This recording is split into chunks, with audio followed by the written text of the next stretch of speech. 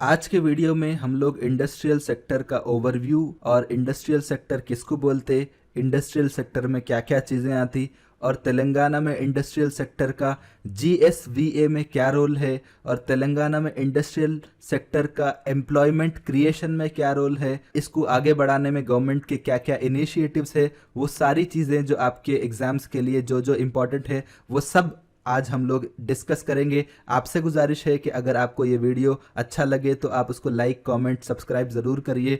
तो आपसे गुजारिश है कि इस वीडियो को लास्ट तक ज़रूर देखिए। तो सबसे पहले आज हम लोग क्या पढ़ेंगे, इंडस्ट्रियल सेक्टर का जो ओवरव्यू है वो पढ़ेंगे। तो first of all industrial sector बोलते किसको, तो इसमें जो है मैन्युफैक्चरिंग आ जाते। मैन्युफैक्चरिंग मतलब अलग अलग चीज़ों को तैयार करना, प्रोडक्ट्स को तैयार करना, फूड प्रोसेसिंग इंडस्ट्रीज आ जाते और फार्मा इंडस्ट्री भी इसके अंदर आता, इलेक्ट्रिसिटी कंपनीज आते, कंस्ट्रक्शन आता, गैस आता, वाटर से रिलेटेड जो जो काम जैसा कि वाटर को बेचना या वाटर सप्लाई से रिलेटेड जो जो काम है, और इसी तरह जो भी दूसरे गुड्स एंड सर्विसेज को, जो गुड्स को प्रोड्यूस करते, सामान तैयार करते, उसको इंडस्ट्रियल सेक्टर बोलते। तो बेसिकली ये क्या रहता कि यहाँ पे मशीनरी इक्विपमेंट और सामान वगैरह जो भी होते वो सब तैयार किए जाते। तो प्राइमरी सेक्टर जो रहता, उसके बाद इंडस्ट्रियल सेक्टर आता।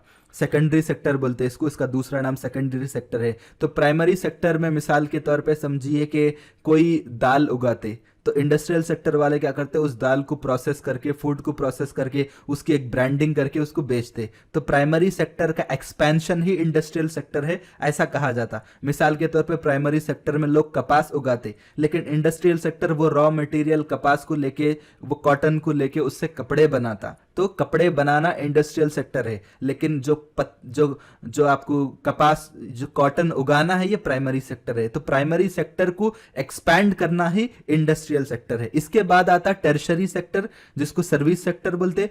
अब ये सामान बेचना है बनाने के बाद, तो सर्विस सेक्टर की मदद होती। जैसा कि आप समझिए कि एक कोई शख्स जो है डिलीवरी का काम कर रहा, जो वो आता वो सर्विस सेक्टर में। ये डिलीवरी के लिए कस्टमर्स को कॉल करना, ये डिलीवरी के लिए लोगों को अपॉइंट करना, ये सारी चीज़ें सर्विस सेक्टर में आती। तो प्राइमरी सेक्टर का एक्सपेंशन, उसकी तरक्की इंडस्ट्रियल सेक्टर रहती, और इंडस्ट्रियल सेक्टर को आगे बढ़ाना है, उसको इंप्लीमेंट करना है, तो टर्शरी सेक्टर, जैसा कि आपको मालूम है कि सर्विसेज की ज़रूरत पड़ती, पेमेंट्स की ज़रूरत पड़ती, लेन देन की ज़रूरत पड़ती, वो सारी चीज़ें थर्ड सेक्टर, जो टर्शरी सेक्टर है, सर्विस सेक्टर, उसके अंडर आती। तो आई होप आपको ये पॉइंट आपको क्लियर है। तो अब ये जो इंडस्ट्रियल सेक्टर रहता, इसके कई फायदे रहते, ठीक है, बेनिफिट्स कई रहते। इसमें जो है स्ट्रक्चरल ट्रांसफॉर्मेशन होता। इसका मतलब ये है कि जो इंडिया की इकोनॉमी है, 50% ऑफ द पॉपुलेशन एग्रीकल्चर पे डिपेंडेड है।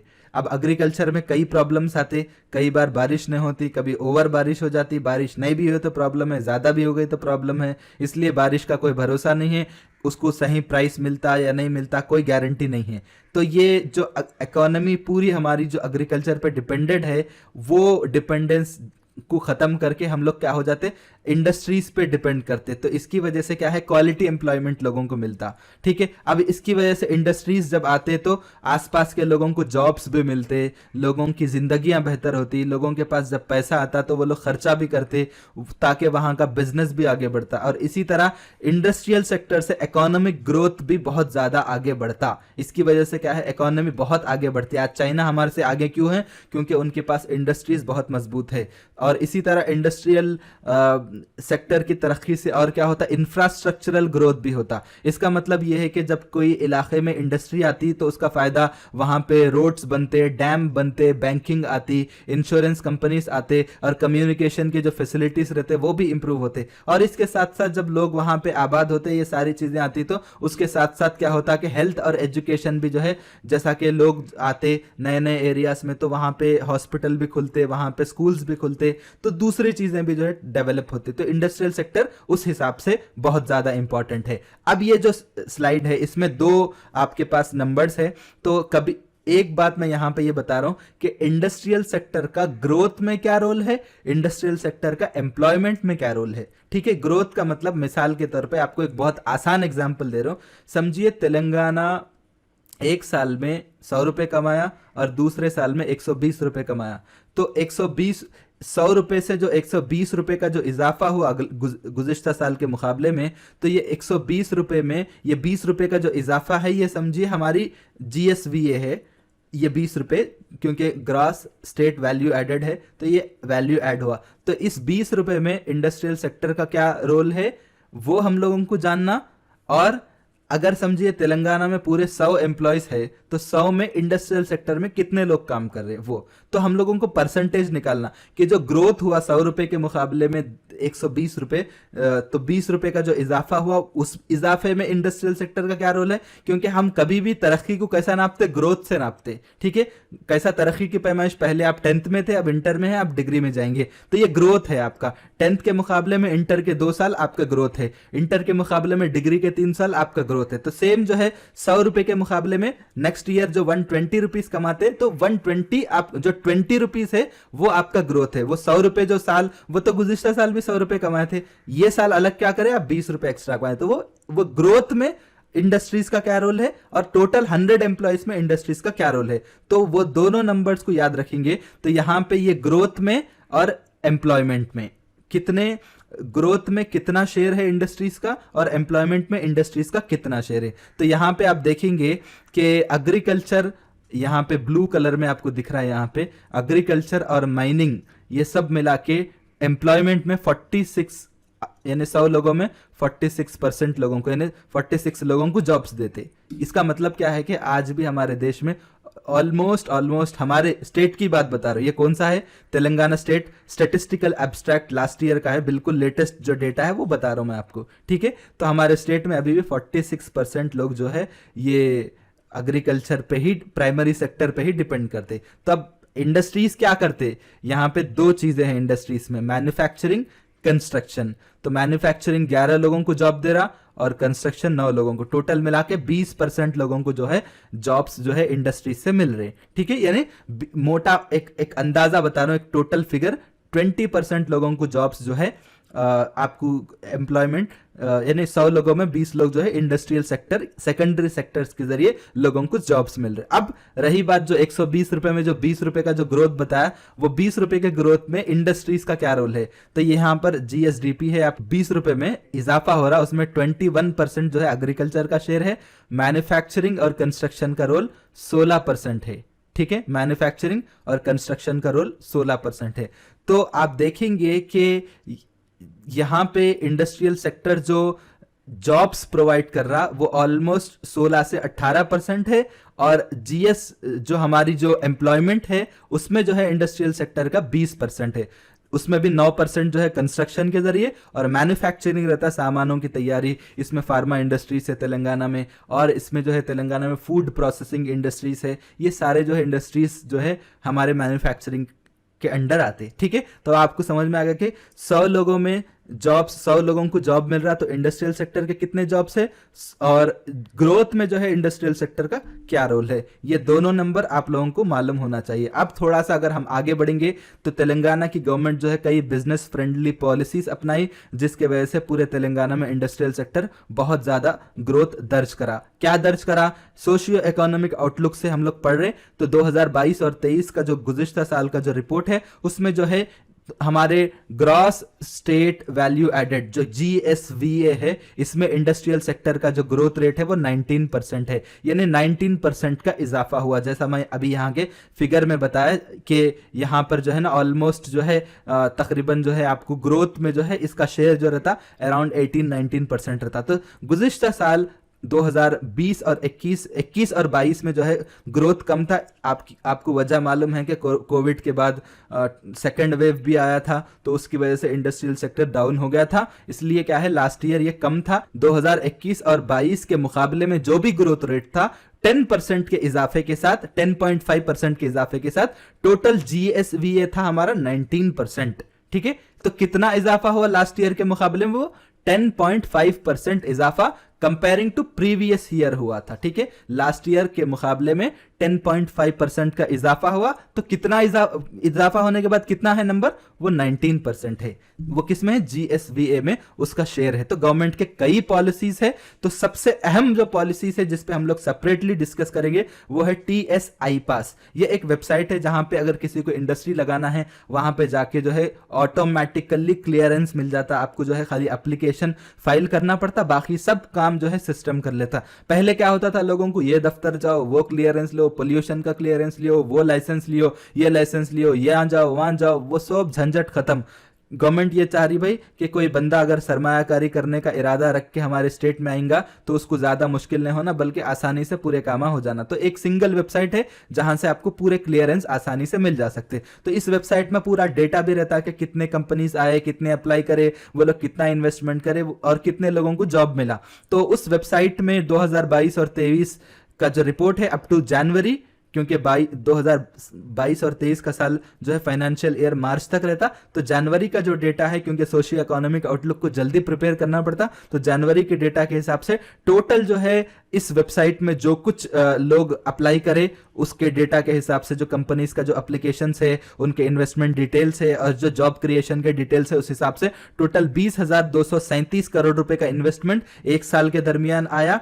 और इसके जरिए जो है टोटल 2,518 नए इंडस्ट्रीज स्टेट में कायम हुए और इसकी वजह से 72,908 लोगों को एम्प्लॉयमेंट मिला। और इसके अलावा तेलंगाना में जो है 78 इंक्यूबेटर्स है। इंक्यूबेटर्स का मतलब मैं इससे पहले भी डिस्कस करा कि आप कोई आइडिया लेके आए तो वो आइडिया को कैसा कमर्शियलाइज करना, उसको कैसा बिजनेस में कन्वर्ट करना, वो सारी चीजें जो है इंक्यूबेटर्स के अंडर में होते। तो लाइफ साइंसेस है, फिनटेक बोलते हैं, जैसा लोन्स देना, क्रेडिट फैसिलिटीज प्रोवाइड करना, फाइनेंस टेक्नोलॉजी को फिनटेक बोलते शॉर्ट फॉर्म में, एग्रीटेक खेती बाड़ी में जो टेक्नोलॉजी आती है, डिजिटल आजकल गूगल पे, ये सारी चीजें जो है, ये सारी चीजों को बढ़ावा देने में 78 इंक्यूबेटर्स हमारे स्टेट में है, जो कि बहुत ज्यादा काम कर रहे हैं। और हमारे स्टेट की सबसे बड़ी पॉलिसी ये है, इनोवेशन पॉलिसी है, जो कि आपको तेलंगाना स्टेट में जो है कोई भी कुछ काम कर रहे हैं तो इनोवेशन, मतलब इनोवेशन का मतलब मैं आपको बताता हूं, इनोवेशन किसको बोलते हैं। इनोवेशन का मतलब यह है कि अगर कोई बंदा कोई काम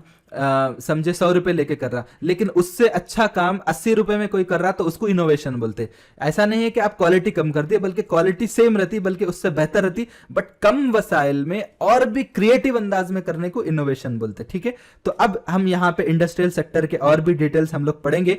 तो यहाँ पे इंडस्ट्रियल सेक्टर का जो जीवीए है वो करंट प्राइसेस के हिसाब से साल 2022 और 23 में टोटल इसका जो वैल्यू है वो बता रहे 2,26,492 492 करोड़ रुपए इसका जो है जीवीए है, ग्रॉस वैल्यू एडेड है। यानी 2022 और 23 में इंडस्ट्रियल सेक्टर कितना ग्रोथ में वैल्यू ऐड करा बोले तो, जैसा हम लोग वो गुज़िश्ता साल के मुकाबले में 20 रुपए में जो टोटल इजाफा हो उसमें इंडस्ट्रियल सेक्टर का जो 20% का रोल है, तो इस तरह से हमारे टोटल ग्रोथ में इंडस्ट्रियल सेक्टर जो है कितने पैसे लाके दिया स्टेट को 2022 और 23 में, वो 2,26,492 करोड़ रुपए लाके दिया हमारे स्टेट को। ठीक है, एक साल के दौरान। ठीक है, ग्रोथ में। ठीक है, वो गुज़िश्ता साल के मुकाबले में जो ग्रोथ होता वो ग्रोथ में। ठीक है, तो यहाँ पे इसमें एक माइनिंग और क्वारिंग भी आ गया, जबकि माइनिंग और क्वारिंग जो है वो आता हमारे प्राइमरी सेक्टर में। ये बात याद रखिए, माइनिंग जो होता ना, आपको कान का नहीं बोलते, आप माइनिंग खोदते, आप खोद के जो है कुछ ना कुछ निकालते रहते, वो है। तो टोटल इसका जो है ना जो ग्रोथ है वो उस हिसाब से 18.96 है, अराउंड 19% बोल सकते हैं आप। ठीक है, तो जैसा मैं आपको बताया वो लास्ट ईयर के मुकाबले में जो ग्रोथ था वो कितना था, 10.51। ये हमारे लास्ट ईयर के मुकाबले में गुज़िश्ता साल का ग्रोथ था ये। ठीक है, तो जबकि नेशनल लेवल पे जो है वो इंडस्ट्रियल सेक्टर का जो ग्रोथ है हमारे पास तो 19% है, बट नेशनल लेवल पे वो 14% है। ठीक है, तो अब आप देखिए यहाँ पे एक नंबर है सोशियो इकोनॉमिक आउटलुक का, बहुत बहुत गौर से देखिए, आपको बहुत आसानी होती। वो ये है कि यहाँ पे आपको थोड़ा सा रेड कलर नहीं बोल सकते इसको, जो भी आपको है, 3 कलर से थोड़ा लाइट कलर है और इससे भी थोड़ा डार्क है और इससे भी थोड़ा डार्क है। तो सबसे ज्यादा डार्क जो है वो सबसे नीचे है, वो जो है वो इंडस्ट्रियल सेक्टर है, तो हम इसको आई बोल रहे हैं। और जो थोड़ा सा लाइट डार्क जो है वो मैन्युफैक्चरिंग है। ठीक है, और थोड़ा सा बिल्कुल लाइट जो ऊपर है यहाँ पे दिख रहा, ये लाइट, ये जो है ऊपर जो है ये कंस्ट्रक्शन है, आप देख सकते हैं यहाँ पे ये सी है, कंस्ट्रक्शन, मैन्युफैक्चरिंग और इंडस्ट्रियल सेक्टर। ये तीनों में हम देखेंगे, ठीक है। तो वैसे तो तीनों एक में आते हैं, लेकिन यहाँ पे हर एक चीज को अलग अलग बताए। कंस्ट्रक्शन इंडस्ट्रियल सेक्टर का एक हिस्सा है, मैन्युफैक्चरिंग इंडस्ट्रियल सेक्टर का एक हिस्सा है, और दूसरे जो इंडस्ट्रीज है उस मामले में। तो आप देखेंगे कि तेलंगाना जो है पूरे साउथ इंडियन स्टेट्स में मैन्युफैक्चरिंग पे नंबर 1 आया। तो यहाँ पे आप देखिए कि ये जो मैन्युफैक्चरिंग है बीच में आया, ठीक है, एम जो है बीच में है, आप देख सकते हैं यहाँ पे। तेलंगाना का जो रेट है 2014 से लेके 2022 के दरमियान जो ग्रोथ रेट है मैन्युफैक्चरिंग में वो 12.21% है, जो कि ना तमिलनाडु में है, तमिलनाडु ये है, केरला में इतना है, कर्नाटक में इतना है, आंध्र प्रदेश में इतना है। तो 12.21% मैन्युफैक्चरिंग में साउथ इंडियन स्टेट में तेलंगाना 2014 से लेके 2022 तक जो ग्रोथ है मैन्युफैक्चरिंग में, तेलंगाना का कोई जवाब नहीं है। तेलंगाना मैन्युफैक्चरिंग में सबसे अव्वल नंबर पे है, ठीक है, ये आप देख सकते। और दूसरे जो सेक्टर्स है, जैसा कि आपको कंस्ट्रक्शन का जो सेक्टर है सबसे ऊपर है, इसमें थोड़ा कम है, बट आप देखिए यहाँ पे जो सबसे ज्यादा इंडस्ट्रियल सेक्टर है सबसे नीचे जो है उसमें भी हम लोग कुछ कम नहीं है। ये यहाँ पे आप देख सकते हैं कि आंध्र प्रदेश 10.38 है, तो तेलंगाना सेकंड नंबर पे 10.12 नंबर पे है, ठीक है। तो दूसरे इंडस्ट्रीज के मुकाबले में साउथ इंडियन स्टेट में तेलंगाना दूसरे नंबर पे है, लेकिन मैन्युफैक्चरिंग जो सामानों को तैयार करने का मामला है उसमें नंबर 1 तेलंगाना है। तो यहां पे आप देख सकते कि फिगर्स को देखते हुए, तो इस फिगर्स में आपको यह बता रहा कि साल 2020 और 21 के labour force survey, periodic labour force survey के हिसाब से तेलंगाना में टोटल 21% ऑफ वर्किंग पॉपुलेशन, जितने लोग काम करते हैं उनमें जो 21% है वो लोग इंडस्ट्रीज में काम करते हैं। यानी 100 लोगों में 21 लोग ऐसे हैं, 20-21 लोग जो कि इंडस्ट्रीज के जरिए उनको जॉब मिलता। तो इसका जो नंबर अगर हम देखेंगे, ये तो परसेंटेज है, नंबर में 29,90,043, ये इतने लोग ऐसे हैं पूरे स्टेट के वर्किंग पॉपुलेशन में जो लोग जो है इंडस्ट्रीज के अंडर काम करते हैं। तो अब आप पूछेंगे इंडस्ट्रीज बोल रहे हैं सर, मगर इंडस्ट्रीज में क्या?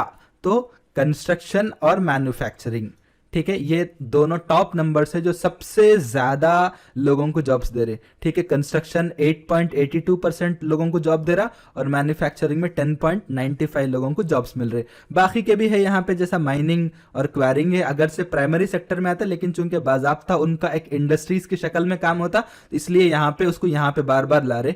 तो ये इसमें कम लोग हैं, और इलेक्ट्रिसिटी, बिजली बनाना, बिजली को सप्लाई, प्रोडक्शन, कई प्राइवेट कंपनी से आप पूछेंगे सर, तो यहाँ पे कई, तो उसमें बहुत कम लोग हैं, 1.23% ही लोग ये दोनों में हैं। बाकी जो दूसरे जो 2 सब सेक्टर्स हैं, यहाँ पे आप देखिए पूरे इंडस्ट्रियल सेक्टर का ये पूरा फिगर है। अब आप देखिए मैन्युफैक्चरिंग सबसे डार्क है, इससे थोड़ा सा लाइट कंस्ट्रक्शन है, और उसके बाद इससे और थोड़ा लाइट जो है माइनिंग एंड क्वारिंग है, और उससे भी लाइट जो है इलेक्ट्रिसिटी एंड यूटिलिटीज है। तो इसमें सबसे ज्यादा जो है आपको दिख रहा कि आपको सबसे ज्यादा मैन्युफैक्चरिंग सबसे बड़ा रोल है, और उसके बाद कंस्ट्रक्शन है, और उसके बाद जो तीसरे नंबर पे आता वो है माइनिंग एंड क्वारिंग है, और उसके बाद जो है ना सबसे कम जो है इलेक्ट्रिसिटी यूटिलिटी। तो यहाँ पे फिगर्स में आप देख सकते कि कंस्ट्रक्शन जो है 41% लोगों को जॉब दे रहा, और मैन्युफैक्चरिंग 52% उसका शेयर है टोटल इंडस्ट्रियल सेक्टर में। जैसा मैं अभी बताया कि सबसे ज्यादा किसमें जॉब कर रहे हैं लोग,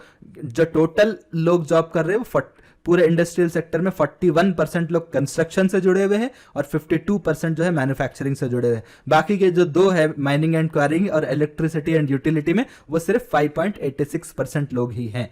तो आपको मालूम हो गया कि इस पूरे डेटा में क्या क्या चीजें हैं, क्या क्या कितने कितने लोग इंडस्ट्रियल सेक्टर में जॉब करते, और हमारे जीएसवीए में उसका क्या रोल है। बहुत बहुत शुक्रिया।